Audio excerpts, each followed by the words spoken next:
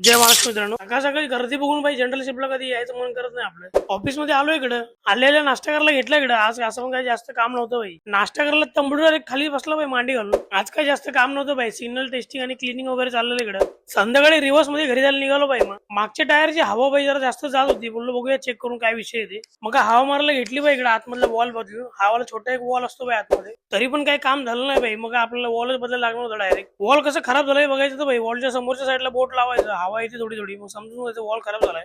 Wall वगैरे fitting बिटिंग केला भाई. निघालो घरी जायला. घरी आले डायरेक्ट बॅग भरायला घेतली भाई, कारण आपण गावाला जाणार होतो. जाण्यासाठी तर अजून 2 दिवस बाकी आहेत भाई, पण कसं जरा एक्साइटमेंट असते ना भाई आपल्याला. पद्धतशीर बॅग वगैरे भरली ना भाई, ठेवली एका कोपऱ्यामध्ये. फादर काय गावाला जाणार होतं, मग काय फादरला सोडायला भाई नाक्यावरती. तेवढं तिकडे आपला आरजा भेटला. मग काय भावाला कॅमेरा घेतला, भाऊ कसं हसतोय बघा. फादरला सोडलं बाई गाडीला आणि मी पण निघालो मग घरी जायला. जाता जाता बोललो रस्त्यामध्ये घड्याला दिसलं. तेव्हा घड्याला जाम आवडलेलं भाई आपल्याला, पण काय घेतलं नाही. मी म्हणलं पाहिजे तर घेऊन जावं भाई, क्वालिटी चांगली याची. तिकडून डायरेक्ट ठाण्यामध्ये आलो भाई रात्री. रामनवमी असल्यामुळे इकडे एकदम सजावट केली होती भाई. एक नंबर खतरनाक दिसत होतं ठाण्यामध्ये भाई. असं काही कार्यक्रम असले की एकदम टॉप मध्ये असतात भाई कार्यक्रम. आणि तुम्हाला पण श्री राम नवमीच्या हार्दिक शुभेच्छा भावांनो आणि बहिणींनो. व्हिडिओ जर आवडले असेल तर तेवढं फॉलो बिलो करून जावा, सबस्क्राईब करा.